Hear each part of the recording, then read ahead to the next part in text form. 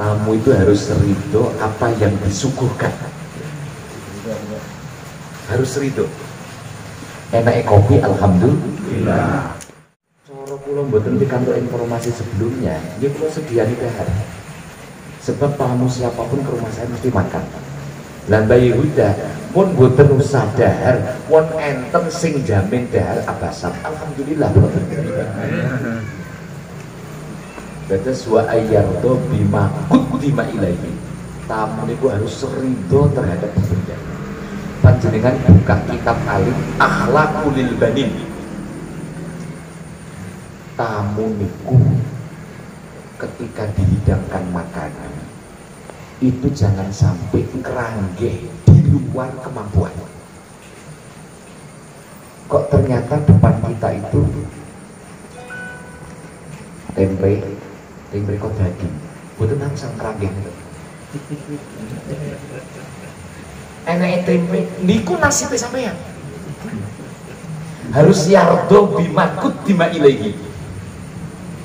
Ojo sampai awake dhewe mencela makanan, apalagi tidak menerima apa yang pernah kita beri kepada sohibul bait, kemudian sohibul bait memberi kepada kita tidak sesuai dengan selera kita. Jadi wa ayyardo bimakut dima ilahi. Yang terakhir tamu niku wa ayyad'u lahu inda khurjihi bil barokah. Tamu niku wajib ndongaaken sahibul bait ketika medal saking dalem dengan donga barokah. Milone nak salaman kali tiyang niku barakallahu fiik, barakallahu fiik, barokah. Nah, cara di pundut ning Quran wa ja'alani mubarakan aynama kuntu wa awsani bis sholati waz zakati ma dumtu hayya. Jadi sing ana jero omah niku didongakno muga-muga griya sak penghuni rumah niku kelimpahan barokah. Niku kula kali panjenengan ing kitab Nasoihul Ibad Pendada manfaate tamu niku medal saking dalem sohibul bait niki beto dosane sohibul bait bar ngoten diuncalno teng ibu. Milane tempat sing paling buruk niku siji sukun pasar, nomor kali turukun dalan.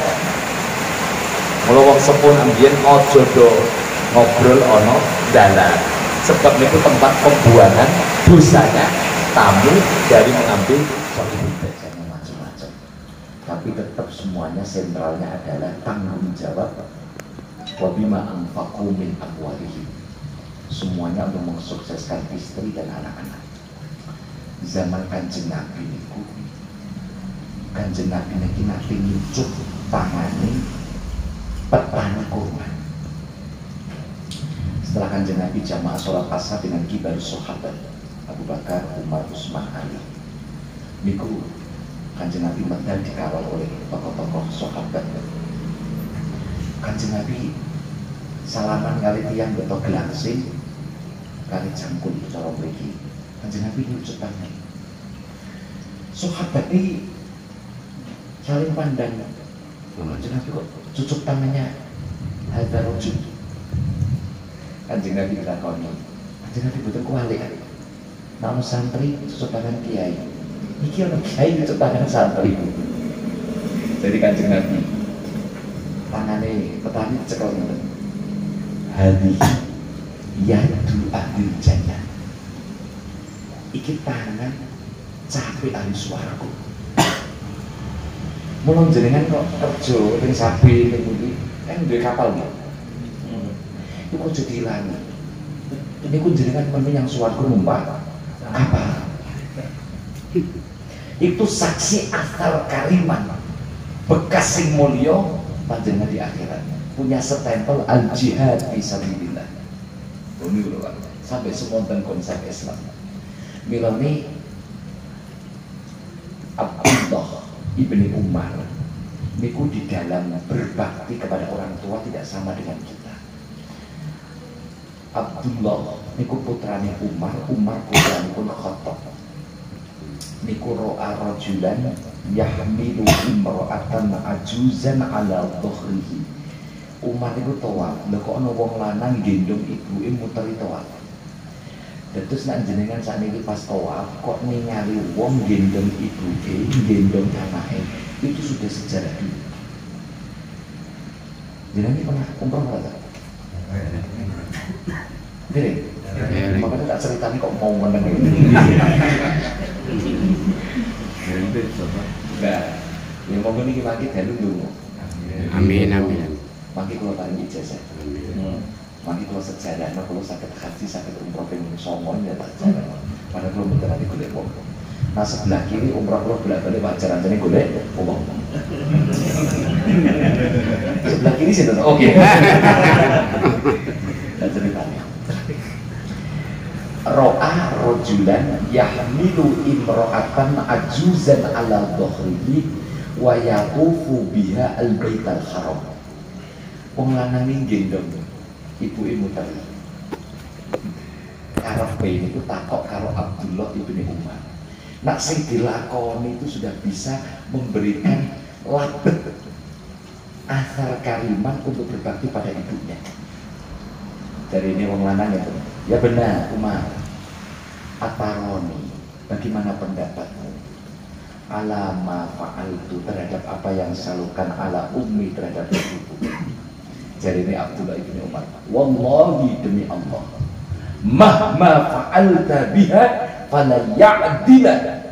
Sampai kelakon gendong muter ping 7 belum bisa membandingi talqatan wahidatan talaqatha biha sa'ada wiladaniha. Sampeyan gendong ibuke sampeyan iku durung iso digawe nebus mbukae siji ketika ibu melahirkan.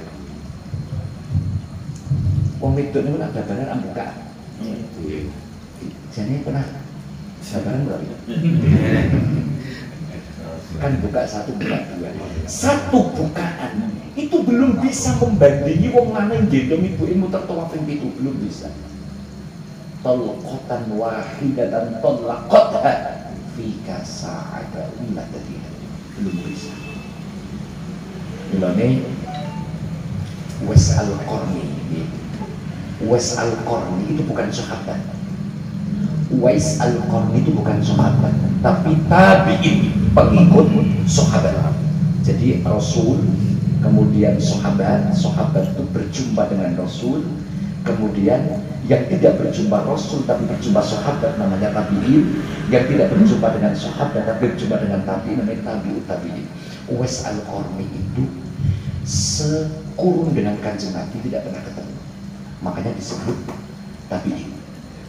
Jadi dalam ikut penyaman Pak, Uwais Al-Qarni niku menangis setiap hari. Kenapa? Karena orang Yaman, makanya di Quran niku sababun nuzulnya wa tazawwadu fa inna khairaz zadi taqwa wattaquni ya ulil albab. Saku haji, saku umroh yang paling hebat bukan saku materi tapi ketakwaan. Sebab dulu yang berbondong-bondong banyak haji itu orang Yaman, sehingga bonek. Karena bonek di sana terjadi pencurian. Padahal di Mekah itu, di Madinah itu potong tangan. Dulu itu banyak yang potong tangan rata-rata orang Yaman, karena sakunya adalah bukan saku ketakwaan. Makanya disindir Al-Quran, Anda pakai saku materi, tapi ada saku yang luar biasa, ketakwaan. Wa tazawwadu fa inna khairaz zadi taqwa wattaquni ya ulul albab. Uwais Al-Qarni itu ketika menyaksikan berbondong-bondong, dulu itu orang ke Mekah ke Madinah pakai sekedut. Jadi onta, ada rumah-rumahnya, ada tutupnya atas, itu namanya sekedut. Uwais Al-Qarni hanya meneteskan air mata ketika ada orang berbondong-bondong kepingin melihat sosok Nabi akhir zaman Rasulullah. Akhirnya pun Uwais Al-Qarni gak ikut berangkat karena di rumah punya rambutan ibu sepuh yang wakilah itu sudah buta. Akhirnya dia di hati mengatakan, saya harus bisa sowan kepada Nabi akhir zaman. Akhirnya dia ini pun gendong ibu ini naik turun ke gunung untuk training latihan kok nak gendong ibu eko Yaman yang Madinah Mekah. Jangan bayangkan. Iku nak suwi, nak pagi gendong pedet. Pedet digendong kok nggone dataran naik ke gunung untuk digembala. Sehingga orang-orang Yaman pada saat itu mencap, mengklaim bahwa Uwais Al-Qarni gila. Akhirnya Uwais Al-Qarni punya kesepakatan gendong ibunya sowan datang Rasulullah. Ternyata nasib belum beruntung. Nyampe di Madinah, Rasulullah perang Badar yang adanya Aisyah. Akhirnya menyampaikan salam. Rasulullah pulang dari perang Badar. Kemudian Aisyah menyampaikan salam. Apa kata Kanjeng Nabi di hadapan para sahabat? Awakmu kabeh kau nak ketemu karo Uwais Al-Qarni jaluk dulu. Sebab dia doa tidak ada hijab, mustajab langsung diijabah Allah. Ciri ini pokoknya telapak tangan kanannya ada belangnya, bulat kayak koin uang. Rasulullah sudah gak ada rombongan haji dari Yaman. Abu Bakar, Umar, Utsman, Ali sudah nyegat. Pokoknya ada rombongan Yaman, mesti ada Uwais Al-Qarni. Ditakoni, afikum Uwais Al-Qarni? Apa di antara kalian ada namanya Uwais Al-Qarni? Lah, betul wonten. Dumutan niku Uwais Al-Qarni dari belakang niku langsung nyalami Umar bin Khattab. Anta Umar bin Khattab. Jadi Umar ini, Umar anta sama ada anak Uwais Al-Qarni. Kok roh? Nak awakmu ngerti nak aku Umar bin Khattab. Jawabannya Uwais Al-Qarni ngeten, fi aidikum nurullah. Tanganmu cahaya Allah, sebab sering jabat tangan kepada Rasulullah. Dan berikut, jadi tangan itu sudah ditontok Uwais Al-Qarni. Makanya kalau ini apa? Wong ngundang kalau disangoni pire kula apa? Jero ibu gak pakai opena. Jadi tangan kulo wis 17 tahun iki biasa nampani duit. Berarti kroso. Iki nangone piro ketok. Makrifat tangan kulo. Padha makrifate Uwais Al-Qarni memandang astanipun sinten? Umar bin Khattab yang ada cahayanya Allah karena berjabat tangan dengan Rasulullah SAW. Makanya Uwais Al-Qarni tidak pernah bertemu dengan Kanjeng Nabi, tetapi karena birrul walidain akhirnya doanya mustajab. Pun tak tutup cerita. Ini sering kula cerita. Manut guru, manut wong tua itu omongannya mantap. Zaman Imam Abu Hanifah niku wonten janda. Janda niki punya anak. Bapaknya wafat tapi anak niki boten paham. Bapak ini sinten pun meninggal. Jadi bapaknya meninggal dunia dia masih kecil. Karena keterbatasan rezeki, akhirnya ibunya bilang, "Nah, sampean seperti ketika pondoknya yang pondok Imam Abu Hanifah.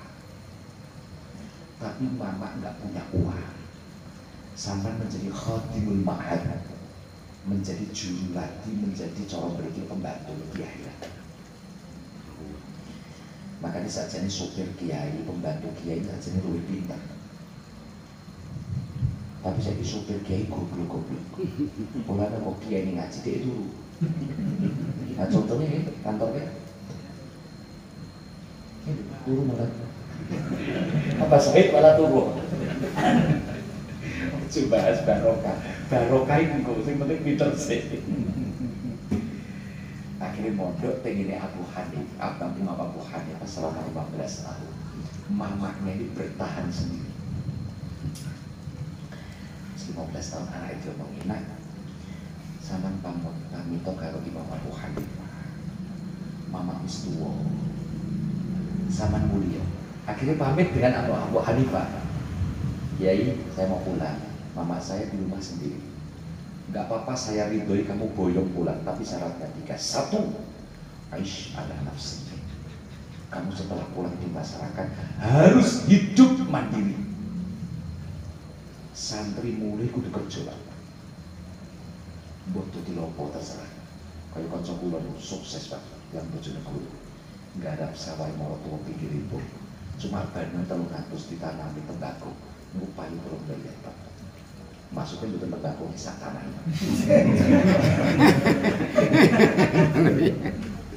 Tapi gula para tua ini ambil. Kamu siap nggak? Siap Imam Abu Hanifah. Nomor 2, la ta'ish ala iyalin nas. Kamu jangan sendenan kepada orang. Sendenan jenderal pensiun, dia pensiun. Jenderal wong suki melarat dia melarat. Sendenan yang Gusti Allah. La ta'ish ala iyalin nas. Si nomor 3. Waksib bima kasaba abuk. Sampai kudu kerja podo karo bapakmu kerja.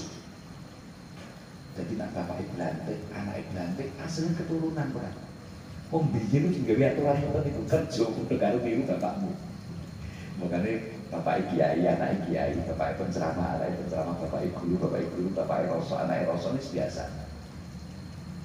Dan jeris mantu ditakoni mamai. Piye Imam Abu Hanifah ridho, tapi wonten saran niku man setunggal kula kapur hidup mandiri mak cocokna. Awake dhewe kuat kuwi kudu mandiri. Sing nomor 2 kula mboten angsal sendenan kadang tiyang itu bener nah kecewa. Sing nomor 3 kula kapurih kerja kados bapaknya mbok stop. Sing terakhir jadi omongno. Ojo takok sing nomor 3. Anak kan semakin penasaran. Wong niku tak dilarang semakin penasaran. Jenengane anak kepengin laksana dawuh guru pada sisi lain, tapi mae gak ngasih tahu bapak kerjanya apa. Pada momen terbaik, tapi jadi wong tua Pak ditangisi anak ya luntur. Mak iki kepalai, pahanya ditaruh kepalanya anak. Mak, jenengan dawuh Pak, bapak kerjanya apa? Saya mau kerja seperti bapak kerja. Ini wasiatnya guru. Dari mak yang terjadi kayak kita paling preso kerja di bapak kutiru bapak maling Ya Allah. Secara dimensi syariat maling gak boleh. Tapi pada sisi tasawuf kudu niru dewe guru. Nggih pun sing dilakoni guru. Niki wak judule nurut guru kan nurut mak. Akhirnya malam niku mulai maling pertama. Jenengane santri maling Pak. Sholat istikharah.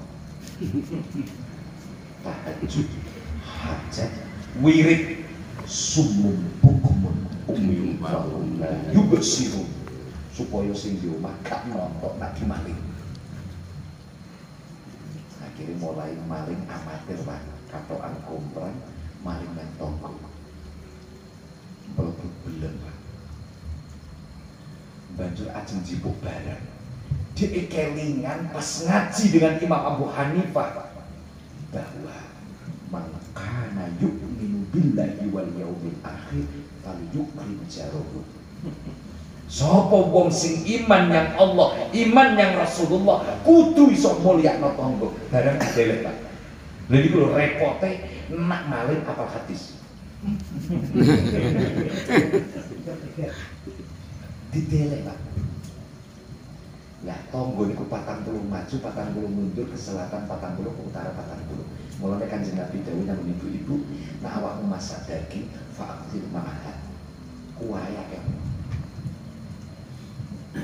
Medal Pak niku sida maling.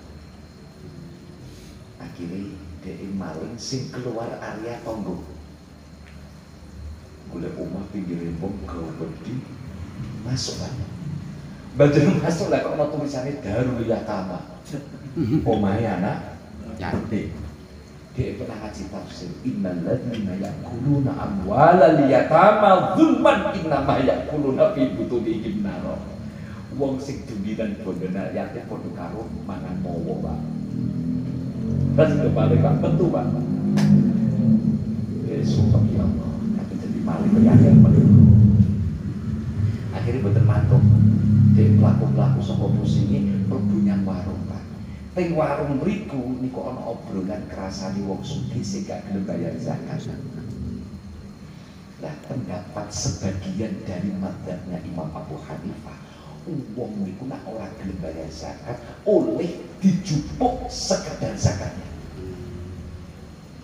Jenengan kok gelem bayar zakat, aku oleh tak jupuk jenengan. Tapi sekedar zakatnya. Nah sejuta ya tak jupuk 2,5% tidak? 25.000. Selamat mau jenengan tak cukup. Pas ngobrol itu cerita, gue wong sugiono lemari ini mas lantaan, mas kados balok SD. Jadi ini maling apa ini? Mantap gue mau Abu Hanifah ini. Berkembang. Bantu sebelah punya boleh lemari. Dibuka itu wakil Pak, emas kados balok es ini. Tapi Mbak Jun itu dia bingung. Lagi piye jipuki zakat ini? Kan gumpalan bondone. Iya. Akhirnya jadi jipuk pen karo kertas. Jupuki nggih teng masih di maling niku. Ono maling kok apik koyo ngono. Mbak Jun lagi ngitung nulis ditokno 2,5% lah kok krungu adzan Pak. Subuh.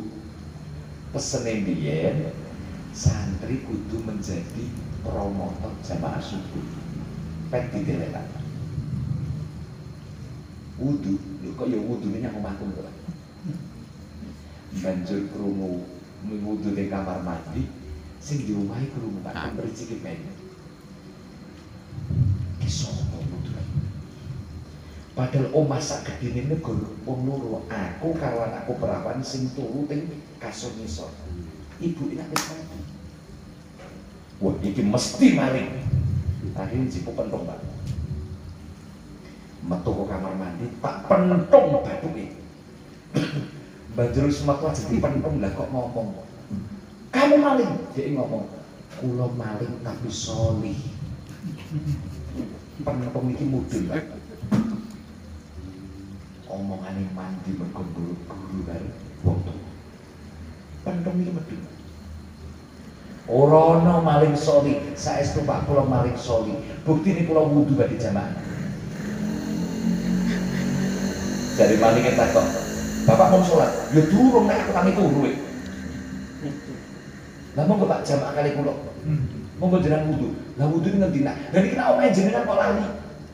Monggo wudu mriki. Kula tosi.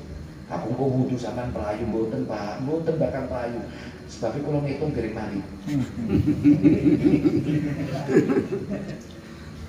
Dan terus tinta ini Pak dari jamaah. Ajeng jamaah nek kere-keran dadi imam Pak. Ayo Dik. Sama ngimami, mboten Pak. Mun kula niki maling Pak. Jenengan mohon Pak, ojo aku nak, aku gak bayar zakat nak.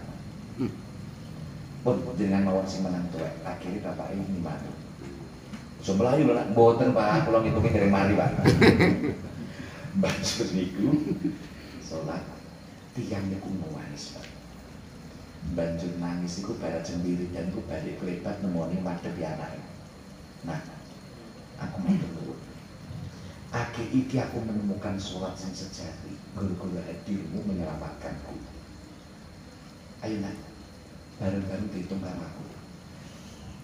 Ono maling karo sing dimaling kok.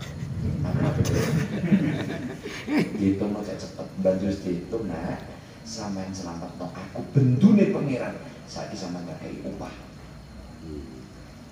Tapi rumusku ngene nak, wong sing wis mlebu omahku gak iso metu.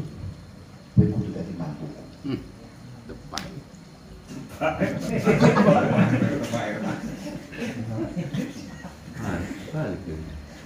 Aku urip karo anakku perawan dhewe nak wis wayahe rabi. Iki kabeh dikir karo pangeran sampai kata aku. Iki durung sepiro bondoku nak sawahku warga kena gungkuna. Nah, warisannya anakku kula mboten purun dipendhem Pak. Sebab kula niki murid Imam Abu Hanifah, dikengken mak nurut mantuk mak urip piyambak. Ibu mau nuduh nak? Nggih, aku duduh nak. Malah tepat. Akhirnya bapaknya oleh mak, anak lanang oleh anak itu. Ngeten iki angsa Pak. Tapi gini iki cerita tok dengan gulai benang Pak.